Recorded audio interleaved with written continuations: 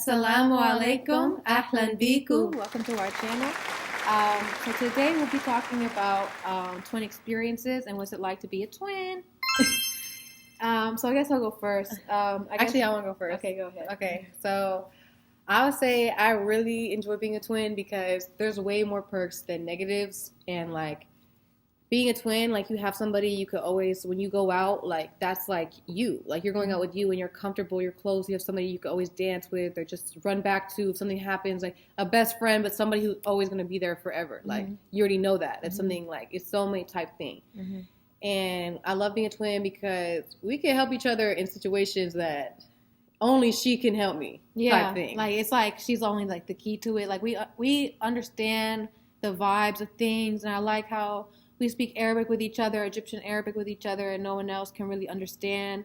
And we're always in each other's dreams. And it's like there's a lot of benefits being a twin or having someone that looks like you, and you can always admire them and have them boost you confidence, you know? And I just love that miracle and that blessing. So, subhanAllah, Allahu Akbar. SubhanAllah.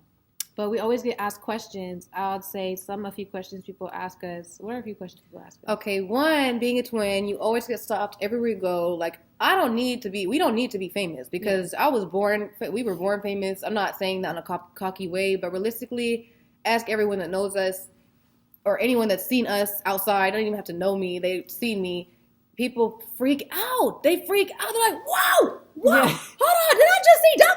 Why people are like, did I just see people two? are so Did you quick. just change your outfit twice? People are so because we quick. wear little things different. They're like, look at me and be like, I'm like, oh, they just realized that they saw double. Like, people just get so freaked out, and then other people are like, what's going on? And they're like, oh my God, it's a twin. Like, it's like that phase, and it's like having people like freak out like that. It's cool in a way. Sometimes it's kind of just like too much, like but it's like sometimes it's always funny. People say the funniest things or ask us like, do you guys think like the same or like, do you guys like the same person? And like we honestly, people always ask us, do we like the same things? And when we were in middle school, we were very, very shy, like girls. Like we didn't really have. We had a small friend base, and we both had a crush on the same boy. And she liked him first.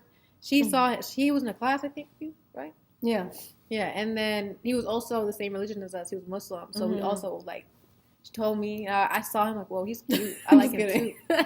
So we liked him the whole time he was in school with us, and then he left when we went to high school. We went to different school. So that was the last time, the only time that actually happened. Like we both liked somebody for that long. But I think it was just because, like, you know, we were young, a little small, and we had the same type. I was sheltered at that age because I'm a woman in the city of Atlanta, like with like 7 other sisters. Like my parents were not finna just let us go do thoughts around Atlanta, like you know. Yeah, we're second. I'm happy my parents did that. That was a great decision. Yeah. Our parents were pretty too, so you know how people be like dogs on the street. Our parents, they come from Egypt. They were born and they were raised there, so it's a whole different society, whole different culture, whole different everything. So it's a different like land, a different world to them. It's a whole different way of thinking. So when they come here, it's like they bring Egypt with them. They brought Egypt with them. They brought it to us, and they taught us in an Egyptian household, a culture of Egypt. So I would say, like, the inspiration I get from my mother is that she is absolutely, like, an icon to me because, one, she had, like, not only because she had so many kids at the age of 22, she had 4 kids at 22. Like, that's my age. I have no kids right now, by the way.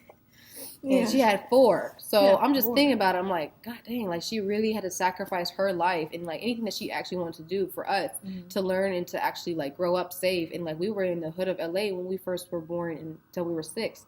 We lived in project housing. So my parents were really trying to make it out. They were really there by any means because they were not trying to have us be raised in the hood. So at that point, like my father, he not even just that on his plate. That's just the little tip on the iceberg. He had his whole family on his back in Egypt, and that's a lot of kids. It's a lot of people and a lot of kids. You know, if you know Arabic or African families, if you know, maybe in Latino community as well, it's very large cousins, very large big families. Yeah, people have 13 kids, and then they have 13 kids, 13 uncles and like aunts. You know, yeah, it's a lot. It's a lot, but I was gonna say that. What was I gonna say? We were talking about Mama, and I was saying that she came from or like I was mama gonna and baba. say, Yeah.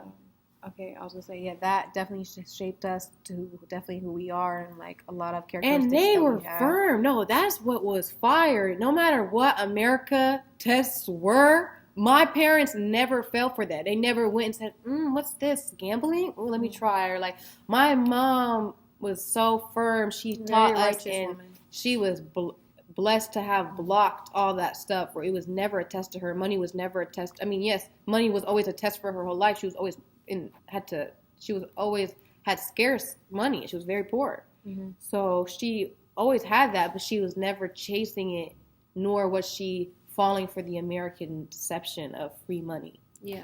So that's why I applaud her as well. She came out here in the 90s. Yeah. So that was prime time, baby. But people always ask us like what our names. So if I go first, I'll say Summer, and then they'll think, oh, her name is Autumn or Winter. It's so annoying. So annoying. It's so corny. Like, it's so can you corny. stop? That's the corniest thing ever. Oh my god, it's so annoying. It's not funny. I have to fake laugh. So annoying. Yeah, you'd be like, I don't even fake laugh. I'm just like, okay.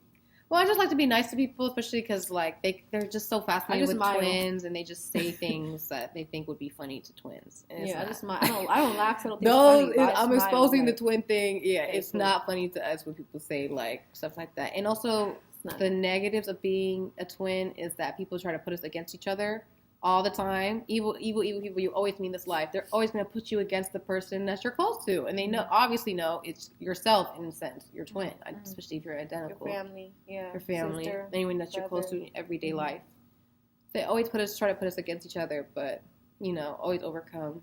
Yeah, overcome. Always be at supreme success. But thank you guys so much for watching this video, and tune in to see more and ask us more questions of what you want to know about us being twins. Yeah, bye. Masalama.